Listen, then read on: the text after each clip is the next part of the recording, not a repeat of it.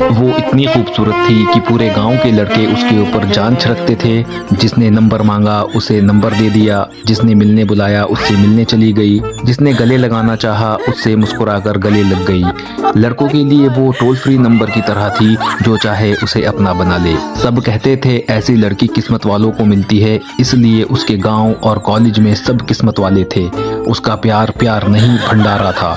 और फिर एक दिन उसकी एक काले लड़के से शादी हो गई। लेकिन शादी के सिर्फ कुछ ही दिनों बाद आधी रात को उसके घर से चोर चोर की आवाज आई। पुलिस आई, मोबाइल चेक हुआ और जो सच सामने आया उसने सिर्फ एक घर को ही नहीं पूरे गांव की सोच को हिला दिया। ये कहानी है काव्या की, जो सबकी थी पर अपनी हरकतों की वजह से किसी की नहीं बन पाई। गांव में एक लड़की थी, नाम था काव्या। वो 18 साल की थी और बेहद खूबसूरत थी, इसलिए वो हमेशा अपनी खूबसूरती का गलत फायदा उठाती थी। कोई उसका नंबर मांगता वो मुस्कुरा कर दे देती, कोई इंस्टाग्राम पर दोस्ती करना चाहता वो मना नहीं करती, कोई मिलने बुलाता वो चली जाती, कोई गले लगाना चाहता वो गले लग जाती, यहाँ तक कि अगर कोई उसे कमरे में बुला ले तो वहाँ भी चली जाती। काव्या ने देने लेने के मामले में कभी किसी को मना नहीं किया, जिसने जो मांगा उसे दे दिया। लोग कहते थे इतनी अच्छी लड़की आजकल कहाँ मिलती है। कॉलेज जाती तो कॉलेज वाले खुश, गांव आती तो गांव वाले खुश।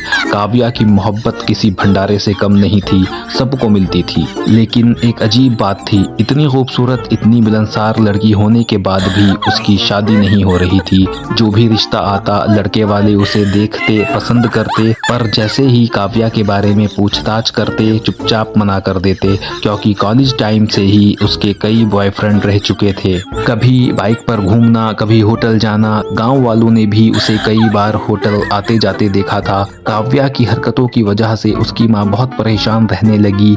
उसे बस एक ही चिंता थी, किसी तरह मेरी बेटी की शादी हो जाए। एक दिन उसने रमेश काका से कहा, भाई साहब मेरी बेटी की शादी करवा दो, मैं बहुत परेशान हूँ। रमेश काका काव्या के बारे में सब जानते थे कि वो किस तरह की लड़की है। फिर भी उन्होंने एक लड़का बताया, उसका नाम था रोहन।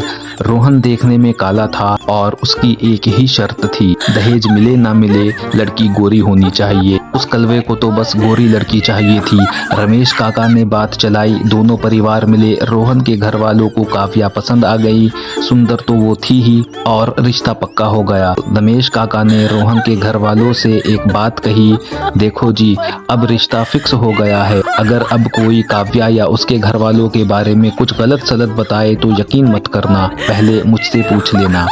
आजकल लोग एक दूसरे से जलते बहुत हैं। रोहन के पापा बोले, हाँ हाँ ये बात तो भाई साहब आप बिल्कुल सही कह रहे हो। कुछ दिनों बाद वही हुआ। किसी ने रोहन के घर जाकर कहा, लड़की अच्छी नहीं है, बस दिखती अच्छी है लेकिन उसका करैक्टर ठीक नहीं है। रोहन के पिता ने रमेश काका से बात की। काका बोले, मैंने पहले ही कहा था लोग जलते हैं, इतनी सुंदर लड़की तुम्हारे लड़के को मिल रही है, और क्या चाहिए। रोहन के पिता मान गए। शादी की तारीख तय हुई और धूमधाम से शादी हो गई। रोहन बहुत खुश था, सोच रहा था मुझे एक काले को इतनी सुंदर पत्नी मिल गई, लेकिन उसे नहीं पता था अच्छी फसल को अक्सर कीड़े खराब कर देते हैं। शादी के कुछ दिन बाद ही काव्या के पुराने बॉयफ्रेंड के फोन आने लगे। जब रोहन काम पर जाता, काव्या चुपके चुपके अपने पुराने बॉयफ्रेंड से बात करती, मौका मिलता तो मिलने बुला लेती।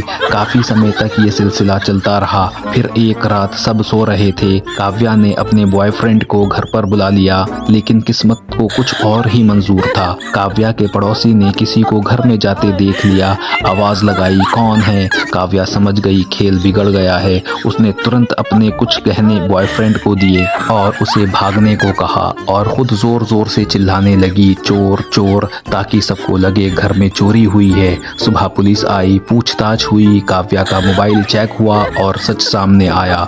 वो कोई चोर नहीं था, वो उसका पुराना बॉयफ्रेंड था जिसके साथ वो पहले भी रह चुकी है।